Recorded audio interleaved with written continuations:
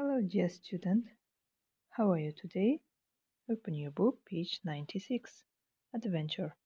Сәлем, құрметті оқушы. Қалың қалай? 96-шы беттегі Adventure, яғни оқиға, шым-шытырық оқиға. Сол тақырыпта жұмыс жасайтын боламыз. Бірінші мен мәтіндерді аудардым. Хлоя, Карла, Иван. Осы үш баланың баратын жерлері туралы айтылады. Мен осы жазда Шотландияға каникулға бармақшымын деп бұлар жоспар қойған, сол жоспары жайлы айтады. Қала шетіндегі каютаға бармақшымын дейді. Каюта дегеніміз бір бөлек кішігірім кабина дейді, каюта дейді. Үй, кішкентай үй.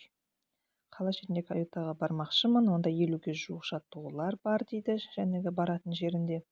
Лагерь секілді жер. Тауда велосипед тебу немесе өзенде қайықпен сырғанауға дейін бар. Менің сүйікті жаттығуым канатная дорога дейді. Мен жеңіл киім алмаймын, себебі онда суық болады. Мен оған қарсы емеспін дейді. Қалың киім алғанға қарсы емеспін. Осы оқиғаны дейді, күте алмай жүрмін дейді, асығып жүрмін дейді. Бірінші мәтінде. Екінші мәтінде Карланыкі. Осы жазда мен және отбасым Таиландқа барамыз. Біз орманда ағаш үйде 3 күн болмақпыз. Пілдің үстіне отырсақ, сосын жағажайдағы отельге 1 аптаға қонуға барамыз. Мен күнде суға шомыламын және дәмді тамақтарды жеймін. Тамаша дейді. Келесі Ивандікі. Мен және менің достарым 2 аптаға жабайы табиғатқа осы жазда бармақпыз. Біз жатақханада болмақпыз, себебі ол арзан. Патагония, Аргентинаның солтүстігіндегі әдемі жер. Көптеген қызықты жануарлары бар. Пингвиндер, су сиырлар, жыртқыш киттер бар. Фотоаппаратымды алмақшымын, бірақ телефонымызды алмаймыз. Үйге қайтқанда әкем жаңа парақша ашпақшы және онда ең күшті фотоларымды салмақшымын. Бұл үшеуінің барлығы to be going to-мен жасалған. Ол дегеніміз болашаққа жоспар құрған кезде солай істемекшімін, осылай істеймін деген жоспар құрған кезде айтылатын сөз. I am going to. Барлығында кездеседі. Енді жаттығулар, reading жаттығуы. Бірінші жаттығу бізде суреттерге қара дейді. Қай саяхат, қай каникул дейміз, демалыс саған ұнайды дейді. Неге ұнайды дейді. Мен mountain biking алдым. Ана велосипедпен жүру үшін суретті алдым.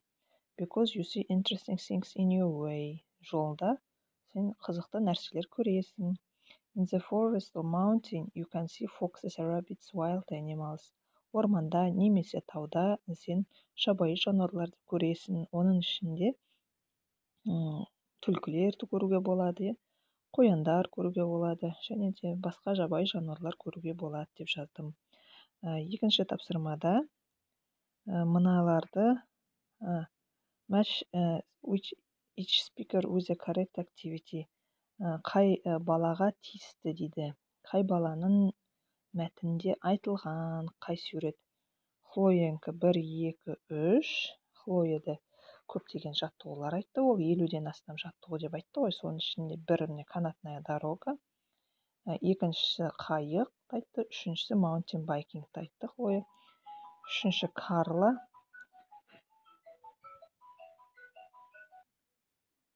Сәйкестендірдім. Хлоянкі Карланкі 5-ші сурет. Бұл treehouse жайлы айтылған. Ивандікі 4-ші сурет. Пингвиндар жайлы айтылған.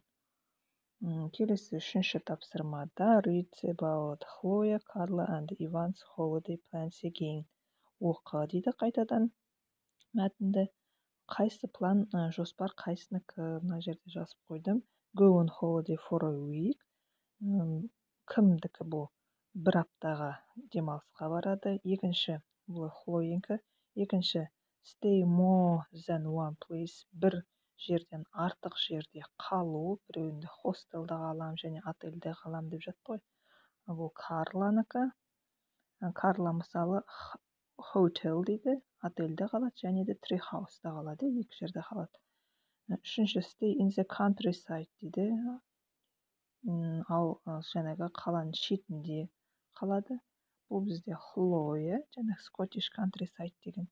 Travel with friends, достарымен саяхаттайды. Бұл бізде Иван, my friends and I деп тұр текстің басында. Бесінші do activities on water, суда жаттығу жасайтын қайсысы? Мен Карла деп ойладым, өйткені ол күнде суға түсемін деп айтты. Және алтыншы Карла go on holiday with family, семьясымен бірге барады. Тағы да Карла. My family and I деп тұр, Таиландқа барамыз деп тұр. Төртінші тапсырмада бұл жерде осы немені толтыр деп тұр. Өзіне осыған ұқсас қылып жаз дейді. In a hostel, a day, a bike деп жазулы тұр. Бұл кітапта a month деп тұр, ай. In a house, үйде, a month, бір ай, skateboard. Нені алдым дейді, skateboard алдым. Келесі үшіншіге in a tree house, ағаш үйде, 3 weeks, 3 апта, a motorbike, мотоциклмен деп жаздым мысалы. Одан кейін бесінші тапсырмада осыларды жаз деп тұр, қайда қаласын.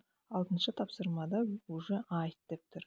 Мен өзімнің соңғы каникулымды семейде өткіздім. I went to Семей last year. Өткен жылы мен семейге бардым. I and my family stayed in my relatives' house.